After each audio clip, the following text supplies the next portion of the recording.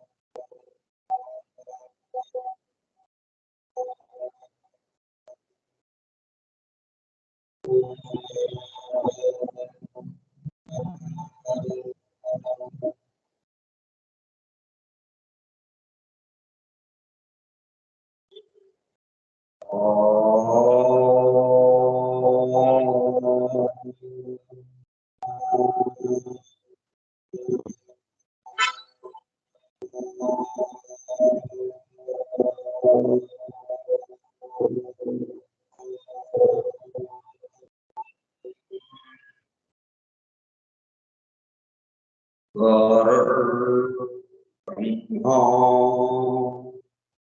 गुरुर्विष्णु गुरुर्देवो महेश्वरः गुरुः साक्षात् परं ब्रह्म तस्मै श्री गुरवे नमः।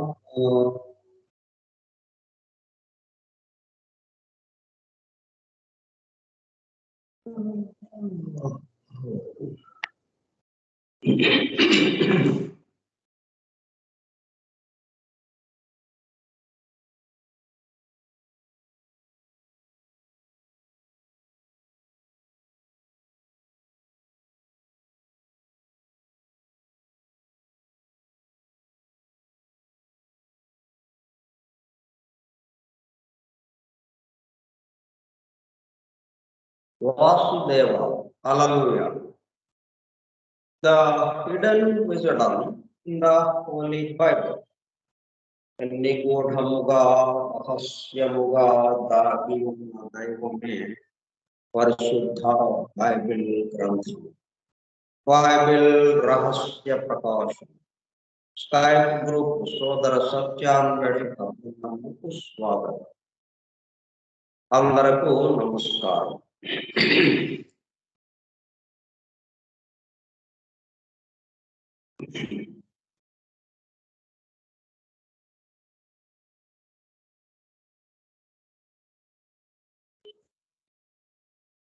బైబిల్ని చదివేటప్పుడు మనకి కలిగే అవరోధాలు, కలిగే ఇబ్బందులు ఏమిటో వాటిని తొలగించుకోవడం ఎట్లాగా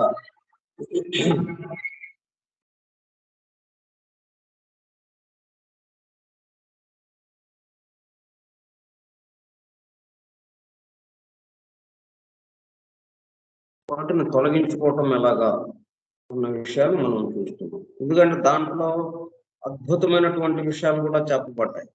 మానవ మాత్రులకు సాధ్యం కానిది, ప్రకృతిలో ఎవరికీ సాధ్యం కానిది అక్కడ వివరింపబడ్డాయి.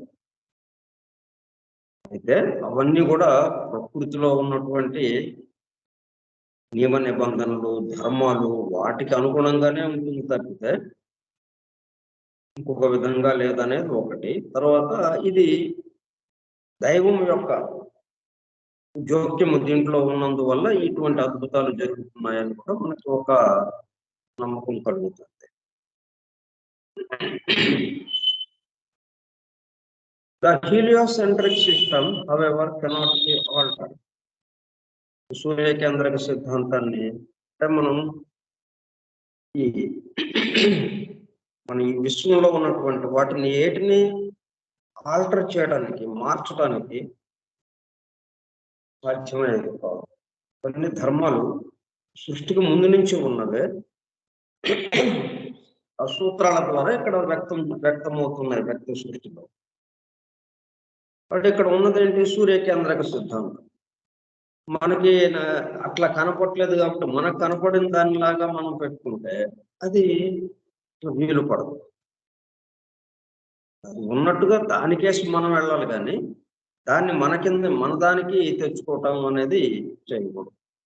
మనం సాధారణంగా ఏం చేస్తామంటే మనకి ఎంతవరకు తెలుసో అంతవరకు దాన్ని కిందకి లాగుతాం. మన చుట్టూ ఉన్న వాటిని మన స్థాయికి తగిన విధంగా, మన స్వభావానికి తగిన విధంగా మనకు ఎంతవరకు తెలుసో అంతవరకు అక్కడ వరకే దాన్ని పరిమితం అవుతూ ఆ విషయాన్ని మన స్థాయికి దించుతాం. దాన్ని ఆ గొప్ప విషయం స్థాయికి మనం వెళ్లాల్సింది పోయి, ఆ గొప్ప విషయం కోసం మనం ముందడుగులు వేయాల్సింది పోయి, ఇంత ఎత్తుకు మనం ఎదగాల్సింది పోయి, దాన్ని మన దగ్గరికి దించుతాం. మన యొక్క పరిమితత్వానికి దించుతాం. ఇందులో మనకేం కనిపిస్తోంది? సూర్యుడే తిరుగుతున్నాడు అన్నట్టు అనిపిస్తుంది కాబట్టి భూమి చుట్టూ భూకేంద్రక సిద్ధాంతాన్ని ప్రతిపాదించాం. మనకు తెలుస్తున్నది అదే కాబట్టి. కానీ వాస్తవంగా అలాగా ఉందా? మనకు కనిపించే ప్రతిదీ కూడా రూప జగత్తుకి సంబంధించి, ఇది ప్రతిబింబానికి సంబంధించి. ఇప్పుడు దీనిలాగా కాకుండా మనకు ఉన్న విషయం ఏంటో అనేది మనం జాగ్రత్తగా గమనించి దాని వైపు మనం వెళ్ళి అక్కడ ఉన్నదాన్ని మనం అర్థం చేసుకుని దాన్ని మనము అనుసరించాల్సిన అవసరం ఉంది. అందుకే హీలియోసెంట్రిక్ సిస్టమ్, సూర్యకేంద్రక సిద్ధాంతాన్ని మనం ఏమాత్రము మార్పు చేయలేదు. అది ఉన్న సిద్ధాంతం, ఉన్న విషయం. The sun is at the center of our solar system, for which it is the source of light. మనం వెలుగుని మనకందరికీ ఈ విశ్వం మొత్తానికి వెలుగుని అందిస్తున్నది సూర్యుడే. ఇటువంటి సూర్యుల్లో కొన్ని వందల వేల మంది ఉన్నారు, కోటాను కోట్ల సూర్యులు ఉన్నాయి ఈ విశ్వం మొత్తం చూసుకుంటే. ఈ మొత్తానికి మళ్ళీ సెంట్రల్ సన్ ఒకడు ఉన్నాడు, దానికి కలిపి ఈ సూర్యులందరికీ కలిపి. ఒక్కొక్క సూర్యుడు ఒక గ్రహం, ఒక కుటుంబానికి ఆధారంగా ఉంటే ఇటువంటి సూర్యులందరూ కలిపి ఒక ప్రధానమైన సూర్యుడు ఒకడు ఉన్నాడు. వీళ్ళందరూ ఆ సూర్యుడు చుట్టూ తిరుగుతూ ఉన్నారు. Planets revolve on their axis throughout their orbital motion round the sun, without which there could be neither day or night. రాత్రి పగలు జరగాలి అంటే భూమి తిరుగుతూ ఉండాలి. తన చుట్టూ తాను తిరుగుతూ ఉంటే గానీ రాత్రి పగలు ఏర్పడదు. అట్లాగే సూర్యుడు చుట్టూ తిరుగుతూ ఉంటే గానీ మిగతా కాలాలు కానీ ఋతువులు కానీ ఈ విషయాలన్నీ రావు. జెనసిస్ కానీ మనకి బైబిల్ పాత నిబంధన గ్రంథంలోనే మొదటి అధ్యాయమైనటువంటి జెనసిస్ లో chapter 1, it is plainly stated that there were 3 days and 3 nights before the sun. మనం మామూలుగా ఏంటి కనిపిస్తోంది? సూర్యుడు చుట్టూ తిరగటం వల్ల భూమి మనకి 3 పగళ్ళు 3 రాత్రులు కలుగుతున్నాయి. అంటే సూర్యుడు ఉంటేనే పగలు కలిగేది. మరి సూర్యుడు లేకుండా పగలు అనేది మనకి రాదు కదా. కానీ జెనసిస్లో ఏమి ఇచ్చారు? ఇంకా అప్పటికి సూర్యుడు రాలేదు, సూర్యుడు రాలేదు, చంద్రుడు రాలేదు, అలాగే ఆ నక్షత్రాలు ఏవీ రాలేదు. ఖగోళంలో ఏవీ లేకుండానే కొత్త ఖాళీ ఆకాశం ఉంది, ఇక్కడ భూమి ఉంది. ఈ భూమి మీద 3 పగళ్ళు 3 రాత్రులు జరిగినాయంట. ఈయన సృష్టి చేస్తుంటే భూమి మీద సృష్టి జరుగుతూ ఉంటే 3 రాత్రులు జరిగినాయి, 3 పగళ్ళు జరిగినాయి. పగలు రాత్రి జరగాలి అంటే ఖచ్చితంగా ఎవరు ఉండాలి? మనకి సూర్యుడు ఉండాలి. సూర్యుడు లేకుండా పగలు లేదు మనకి. ఎట్లా జరిగింది? This is an astronomical impossibility. ఖగోళ పరంగా మనం చూస్తే ఏమాత్రము సాధ్యము అన్న దానికి లేనే లేదు, పూర్తిగా అసాధ్యం. కానీ మరి దాంట్లో వ్రాయబడి ఉంది, దాంట్లోనూ విశేషమైంది. The rotation of the earth causes night and day. మనం మామూలుగా చెప్పుకునేది భూమి తన చుట్టూ తాను పరిభ్రమించడం వలన రాత్రి పగలు ఏర్పడుతున్నాయి. The sun does not move round the earth and cannot by any humanly conceivable means be made to do so. Yet Yehoshua is said to have lengthened the day by making both the sun and the moon stand still. యెహోషువ గ్రంథంలో ఈ విషయం ఇచ్చారు. The sun does not move round the earth and cannot by any humanly conceivable means be made to do so. కానీ సూర్యుడు earth చుట్టూ తిరగటం లేదు, ఈ భూమి చుట్టూ పరిభ్రమించడం లేదు. And cannot by any humanly conceivable means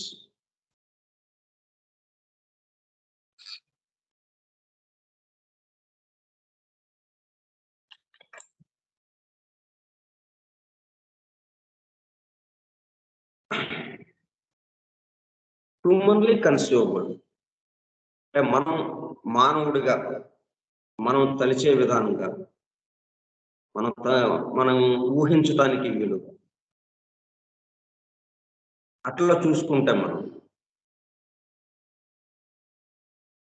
humanly conceivable means be made to do so at and cannot by any humanly conceivable means be made to do so.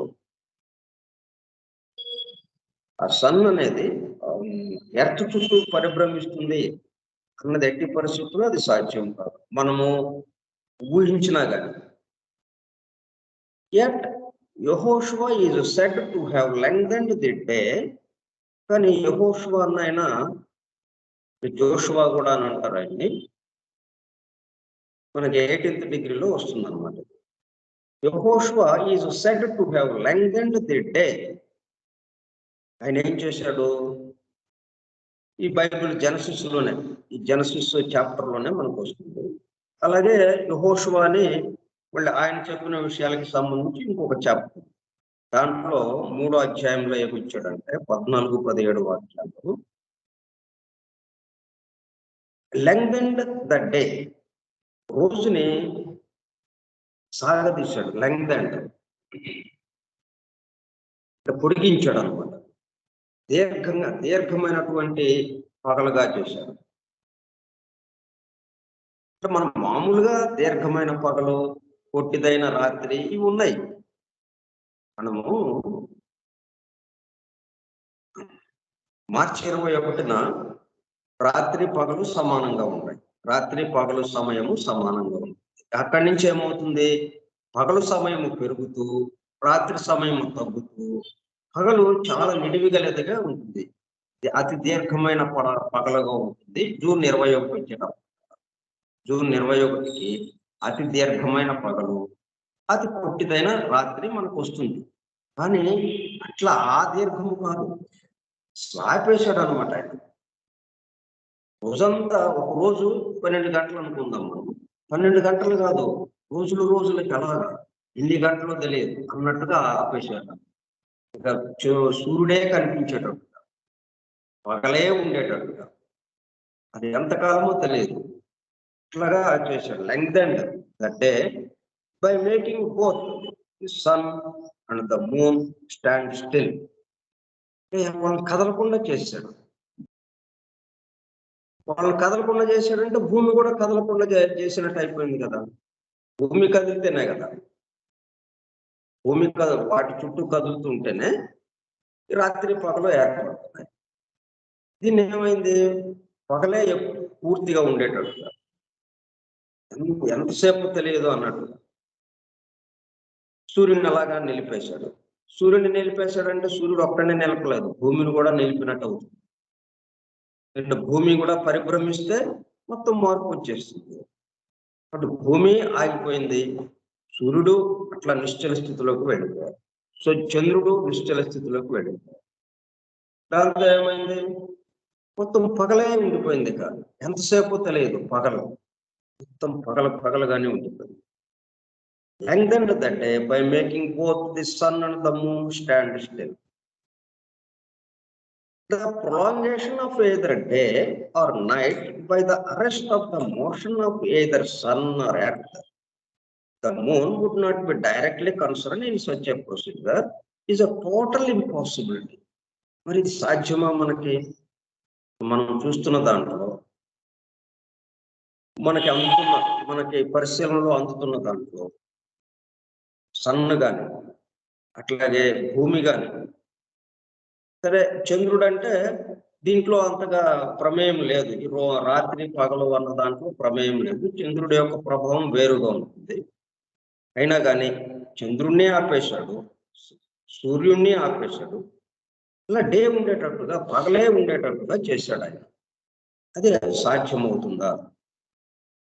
మనము వాళ్ళ యొక్క పరిభ్రమణాన్ని ఆపడానికి సాధ్యమవుతుందా? It's a total impossibility. అలా సాధ్యం కానే కాదు.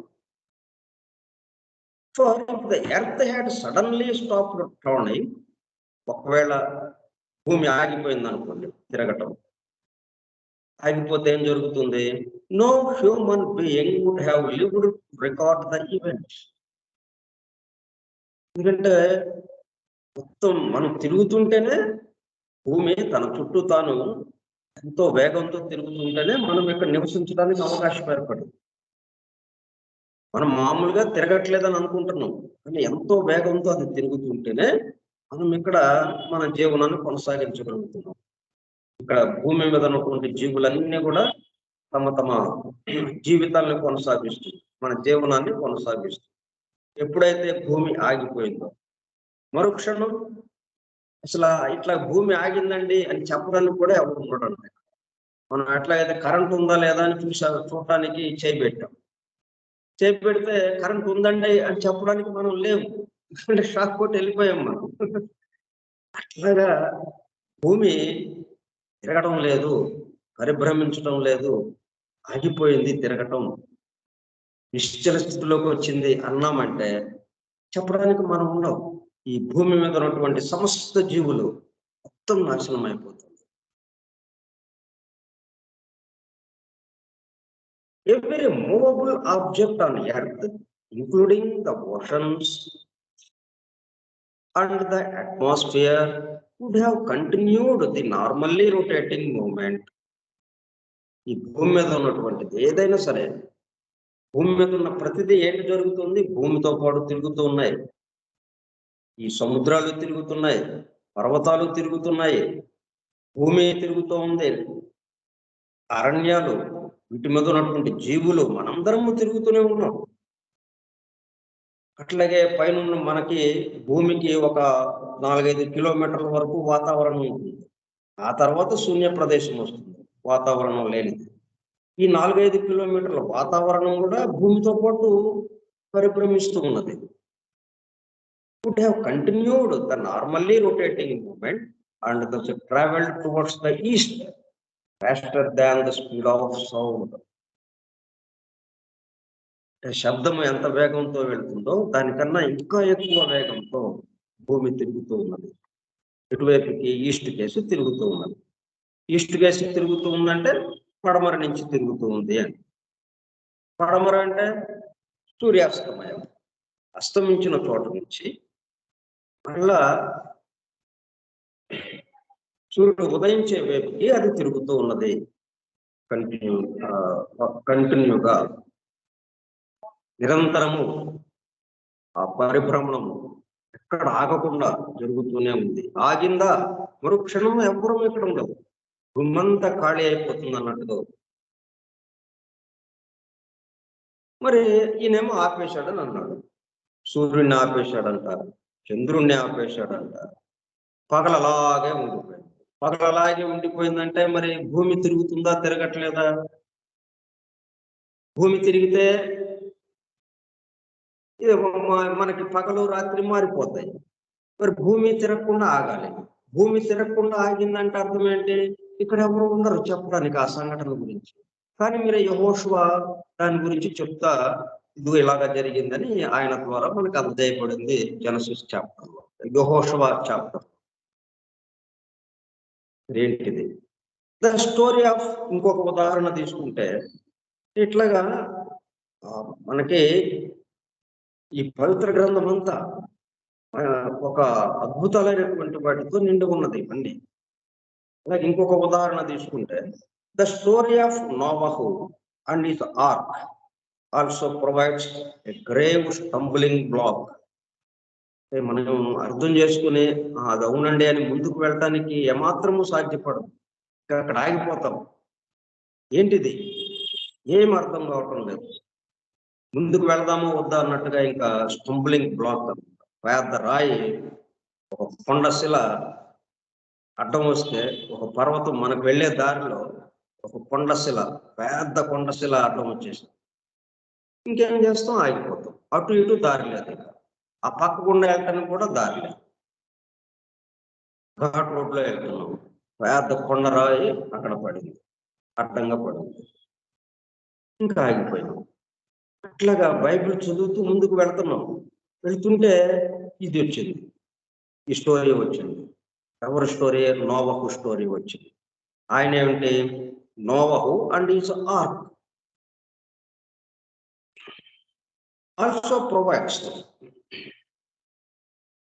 ఎ గ్రేవ్ స్టంబ్లింగ్ బ్లాక్. ఆయన ఒక ప్రళయం వస్తుంది, జల ప్రళయము. ఆ జల ప్రళయంలో ఒక ఓడని తీసుకుని, ఆ ఓడలో మొత్తం ఇక్కడ ఉన్నటువంటి జంతుజాలం మొత్తానికి సంబంధించి జంటలుగా అక్కడ తీసుకుని దాన్ని రక్షించడం. ఈ ప్రళయము ఉన్నంత కాలం, ఈ జల ప్రళయము ఉన్నంత కాలం, ఈ జల ప్రళయం తీసేసిన తర్వాత మరలా నేల మీద వదిలేయటం వాటి. అంటే మళ్ళీ ఆ సంతతి పెరగటానికి వీలుగా ఈయన చేశాడు. It would have been extremely difficult. ఇది సామాన్యమైన పని మరి. It would have been extremely difficult. ఇంత కష్టమైన పని అంటే చెప్పడం. If not impossible. అట్లాగని మనం సాధ్యమని అనలేము ఈ విషయంలో. To collect pairs of animals from the four quarters of the earth. అంటే 4 దిక్కుల మొత్తం భూమంతా నిండి ఉన్నటువంటి 4 మూలల నుంచి, 4 దిక్కుల నుంచి భూమి మీద ఉన్నటువంటి మొత్తం యానిమల్స్ ఏవైతే ఉన్నాయో వాటి యొక్క జంటలు, వాటిని సేకరించి స్లాత్,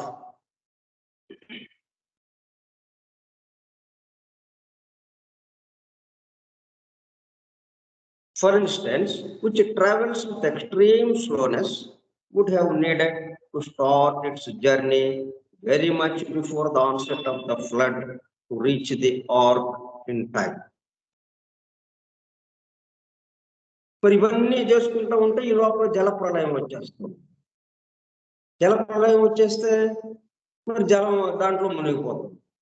మరి ఇవన్నీ తీరిగ్గా ఈ భూమి మొత్తం నలుమూలల, భూమి మొత్తం ఏవేవైతే ఉన్నాయో అన్నిటినీ సేకరిస్తూ కూర్చుంటే ఈ లోపల ప్రళయం వస్తే అట్లా స్లాత్,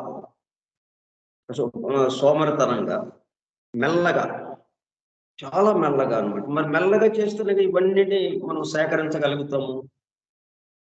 అంటే మనం ఈ జంతువుల్లో వేగంగా వెళ్ళేదాన్నేమో కుందేలని ఉదాహరణగా చూపిస్తాం, మనం పోల్చుకుంటాము. తాబేలునేమో నెమ్మదిగా వెళ్ళేదాన్ని పోల్చుకుంటాం. ఆ తాబేలు కన్నా ఇంకా మెల్లగా వెళ్ళేది అవుతుంది దేవాంగి పిల్లి అని చెప్పి. వెరీ స్లో మూవింగ్ యానిమల్ అని, ఇట్లా స్లోగా ఎంతో జరుగుతుంది. ఇవన్నీ చేయాలంటే చాలా స్లోగా చేయాలి. which travels with extreme slowness, would have needed to start its journey very much before the onset of the flood to reach the ark in time. The problem of housing and feeding so large a number of animals throughout 40 days and 40 nights would have been extremely difficult, if not insurmountable. ఇందులో ఈ ప్రళయం ఎంతకాలం ఉందని చెప్తున్నాడు? 40 రోజులు, 40 పగళ్ళు, 40 రాత్రులు, 40 రోజుల పాటు. ఈ 40 అనే దానికి చాలా విశేషమైన ఇది ఉన్నది. అందుకే మనకి 40 రోజుల దీక్షగా ఇక్కడ చేసుకుంటాం. అయ్యప్ప దీక్ష కానీ ఇట్లా రకరకాలైన దీక్షలు ఏదైనా కానీ 40 రోజులు. అలాగే పారాయణ ఏదైనా చేయమన్నా 40 రోజుల పాటు పారాయణ. ఇట్లాగే ఇక్కడ ఏంటి ఆ జల ప్రళయం ఎంతకాలం ఉంటుంది? 40 రోజులు. 40 పగళ్ళు, 40 రాత్రులు. అంటే ఆ 40 రోజుల పాటు మొత్తం ఈ జంతుజాలాన్ని వాటికి ఫీడింగ్ చేయటం ఎట్లాగా? ఆహారం ఎట్లాగా వాటికి ఆహారం అందించడం ఎట్లాగా? వాటికి వసతి చూపించడం ఎట్లాగా?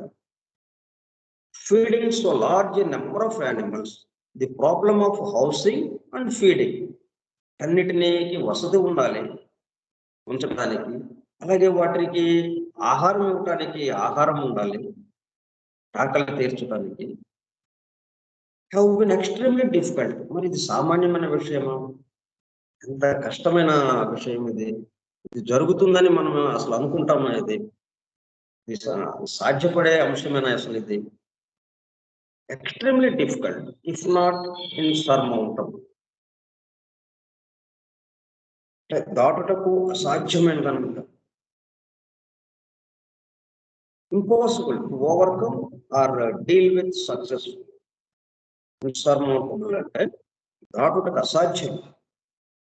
కానీ ఒకవేళ దాటినా కానీ ఇఫ్ నాట్ ఇన్సర్మౌంటబుల్, ఒకవేళ ఇది సాధ్యం అవుతుందేమో అనుకుందాం. అనుకున్నా కానీ ఇది ఎంత కష్టతరమైన విషయం. వీటన్నిటిని సేకరించే పని ఎప్పుడు? ఇక ప్రళయం రాబోతుంది అనగా, ప్రళయం రాబోతుంది అనగా నెమ్మదిగా ఇవన్నీ సేకరించేటప్పుడు కదా ప్రళయం రానే వస్తుంది. అప్పుడే అదేలాగా కొన్ని ప్రళయం రావడానికి ముందే సేకరించాడు. వీటిని ఎక్కడ పెట్టాడు? వీటి హౌసింగ్ ఏంటి? వీటి వసతి ఎక్కడ? వీటికి భోజనం ఎక్కడ? ఈ ఆహారానికి మరి మనం 40 రోజుల ప్రయాణం అంటే 40 పగళ్ళు, 40 రాత్రులు దీర్ఘ ప్రయాణానికి ఎంత? ఏదో ఒక 10 మందో 20 మందో అంటే ఆ 40 మందికి సరిపోను, ఆ 40 రోజులకి సరిపోను మనం ఆహారం పెట్టుకుని వెళ్తాం, ప్రయాణం చేస్తాం. వీటన్నిటికీ అక్కడ ఇట్లా అసాధ్యమైన విషయాలతో రాయబడి ఉంది Bible. The literal reading of the story of the tower of బేబుల్.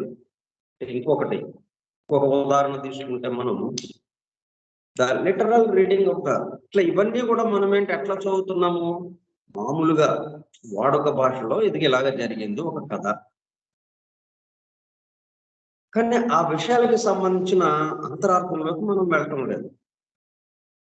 మనం మామూలుగా పైన భాషకి సంబంధించిన వాడుక భాషకి సంబంధించినటువంటి ఆ మాటలు ఏ అర్థమైతే వాడతాం ఆ అర్థంలో మనం ఇలాగా చదువుతూ వెళ్తున్నాం.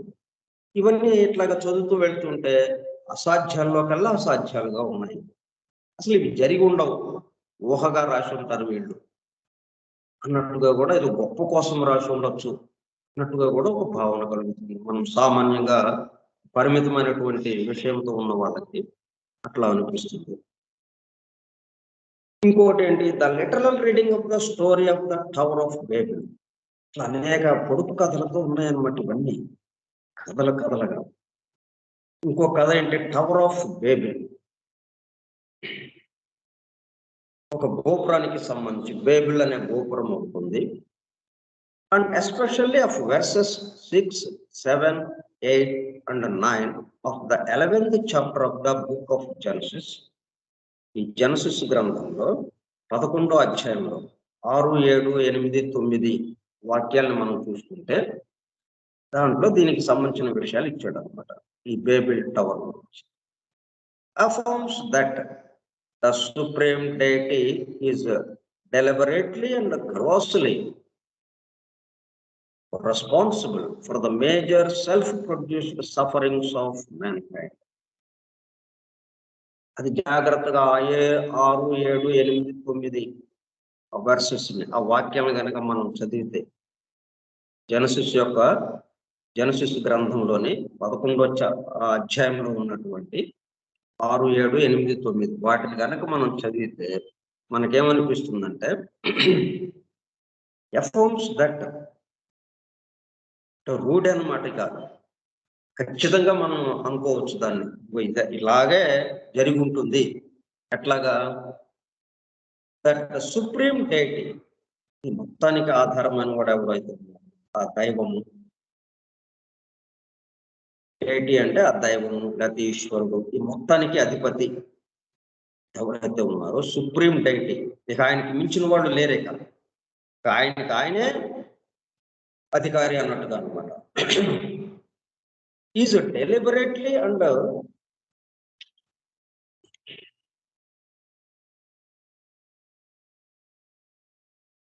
దీన్ని కావాలని చేసినట్టు చాలా ప్రణాళిక ప్రకారం, పథకం ప్రకారం ఎవరు చేశారు? ఈ సుప్రీం డైటీ, ఈశ్వరుడు, ఆ దైవం ఎట్లా చేశాడు?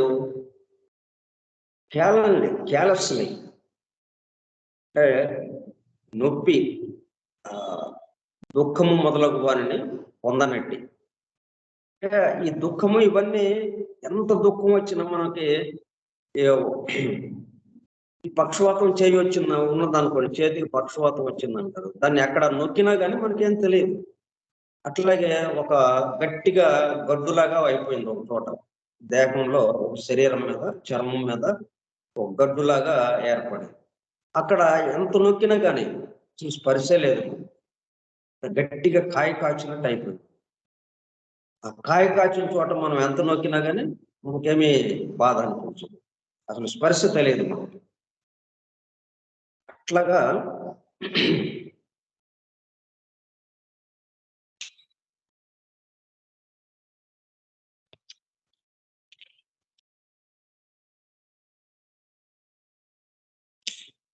Is deliberately and carelessly responsible for the major self-produced sufferings of mankind.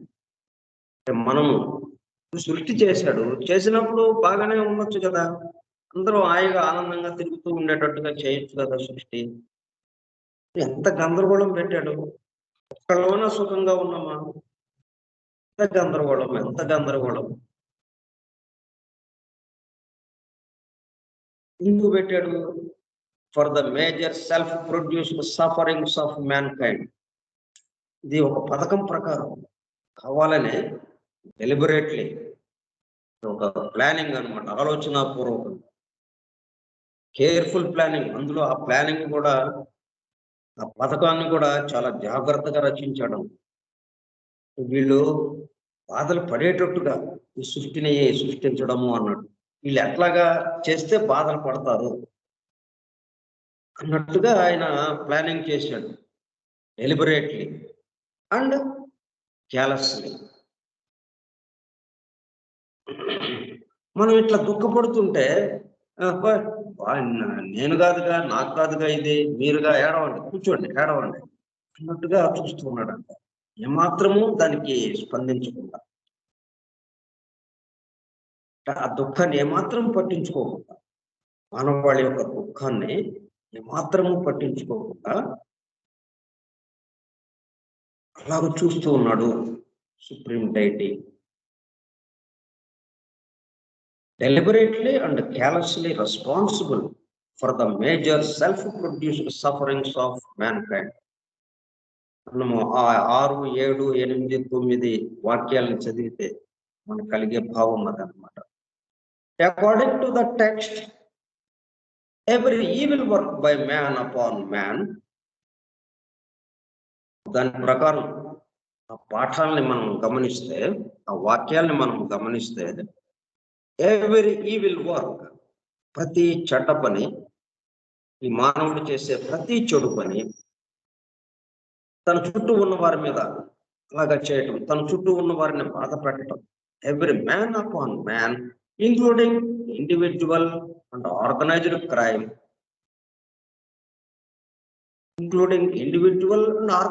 Crime, వ్యవస్థీకృత నేరం, నేరాన్ని వ్యవస్థీకృతం చేసి నేర స్వభావంతోనే తిరుగుతూ ఉండడం. మానవాళి ఎక్కువ భాగం నేరాలు చేస్తూ, ఎదుటి వాళ్ళని ఇబ్బంది పెడుతూ, మోసం, దగ, వంచన వంటి వాటితో. And the waging of innumerable wars, ఇట్లాగే ఎన్నెన్నో యుద్ధాలకి కారణమవుతాం చిన్న చిన్న విషయాలతోనే. వేజింగ్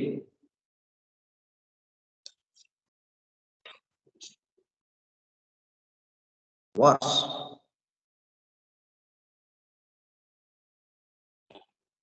ఇన్యూమరబుల్ వార్స్, లెక్కలేనని యుద్ధాలు నిరంతరము. ప్రపంచంలో ఎక్కడ ఏ మూల చూసినా ఎక్కడో చోట యుద్ధం జరుగుతూనే ఉంది. యుద్ధం అంటే సామాన్యమైన విషయమా? ఎంత ఎంతమందికి బాధ కలుగుతూ ఉంటుంది. ఇట్లాగా innumerable wars arose and still arises from the two supposed actions of a personal deity. First, in confounding human language so that men can no longer understand one another's speech, and second, in scattering humanity abroad upon the face of the earth.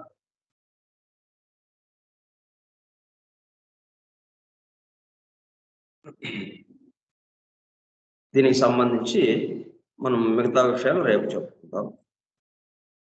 అట్లాగే ఆ జెనసిస్లో ఉన్నటువంటి ఆ 11వ అధ్యాయాన్ని కూడా మనం కూడా చదువుదాం. ఇప్పుడు అది చదివి ఆయన ఈ విషయం రాస్తున్నాడు. జాఫ్రీ హడ్సన్ దాంట్లో ఉన్న విషయం చదివి ఆయన ఈ విషయం రాస్తున్నాడు. మనం కూడా చదివి మనకేమనిపిస్తుందో కూడా చూద్దాం రేపు. స్వస్తి ప్రజాభ్యః పరిపాలయంతాం న్యాయేణ మార్గేణ మహిం మహిషాః ఓ బ్రాహ్మణేభ్యః శుభమస్తు నిత్యం లోకాః సమస్తాః సుఖినో భవంతు. లోకాః సమస్తాః సుఖినో భవంతు. లోకాః సమస్తాః సుఖినో భవంతు. ఓం శాంతి శాంతి శాంతి. ఓపికగా ఉన్నటువంటి సోదర సత్యాన్వేషక బృందములకు